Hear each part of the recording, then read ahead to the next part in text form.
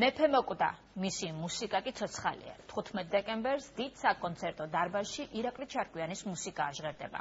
ისტორიას დარჩება, ასე ჰქვია საღამოს, რომლის მონაწილე ირაკლი ჩარკვიანიც იქნება, უფრო ზუსტად კი მეფის თაყვანისმცემლებს სცენიდან მისი ჰოლოგრამა უმღერებს.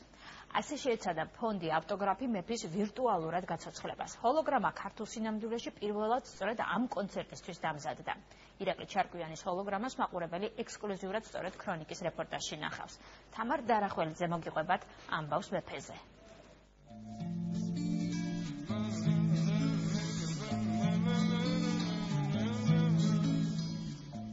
ასე წარსდგება 10 წლის შემდეგ ირაკლი ჩარკვიანი მონატრებული მსმენელის წინაშე.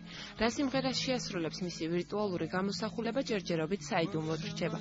სცენაზე მეფის ყოველი გაცოცხლება, რა თქმა უნდა, დიდ ემოციას იწვევს, თუმცა ეს შემთხვევა უპრეცედენტოა ქართულ რეალობაში. ეს მართლაც პირველი პრეცედენტია, სულ რამდენიმე პრეცედენტია მსოფლიოში ასეთი თუფაქის და ჯექსონის შემთხვევაში და ეხლა უკვე ქართველ მაყურებელსაც მიეცემა შესაძლებლობა იხილოს ეს სანახაობა. ველოდები მე ამ დღეს, როდესაც დარბაზში ჩემთვის, ჩემი შვილისთვის და ყველა ადამიანისთვის, ვისაც უყვარს მისი შემოქმედება, ირაკლი შეასრულებს თავის უკვდავ ჰიტს.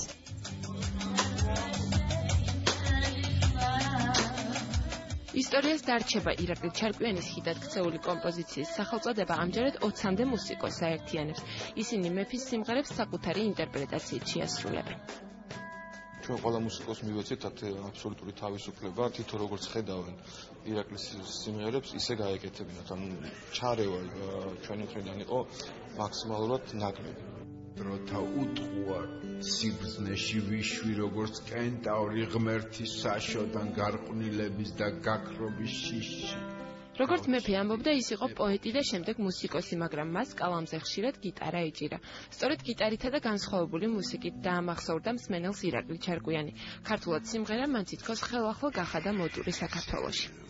თბილისის მერიის მართლაც მნიშვნელოვანია მონაწილეობა მიიღო ქალაქისთვის პრიორიტეტულ პროექტებში. ისეთი პროექტი, როგორიც არის ამ შემთხვევაში 15 დეკემბერს ირაკლი ჩარკვიანის ფსოვნისადმი მიძღვნილი კონცერტი. კონცერტი განსაკუთრებულია და განსხვავებული. არა მხოლოდ იმიტომ, რომ ირაკლი ჩარკვიანის შემოქმედება იყო ძალიან განსაკუთრებული, არამედ იმიტომ, რომ საქართველოში პირველად იქნება საშუალება, რომ ირაკლი ჩარკვიანის, ასე ვთქვათ, სიცოცხლის შემდეგ უკვე ვიხილოთ სცენაზე. არასტანდარტული მხოლოდ მისი მუსიკა კი არა, მის დამი დამოკიდებულებაც იყო. არ ესმოდათ, ან თუ ესმოდათ, უარყოფდნენ. თავად ხშირად იმეორებდა, რომ მისი შემოქმედება რეაქცია რეალობაზე. ჩემი აზრით, რა ვიცი, ის მუსიკა, რასაც მე ვაკეთებ, რამეთი არაფერი პრინციპში, რაც მოდის თავის თავად.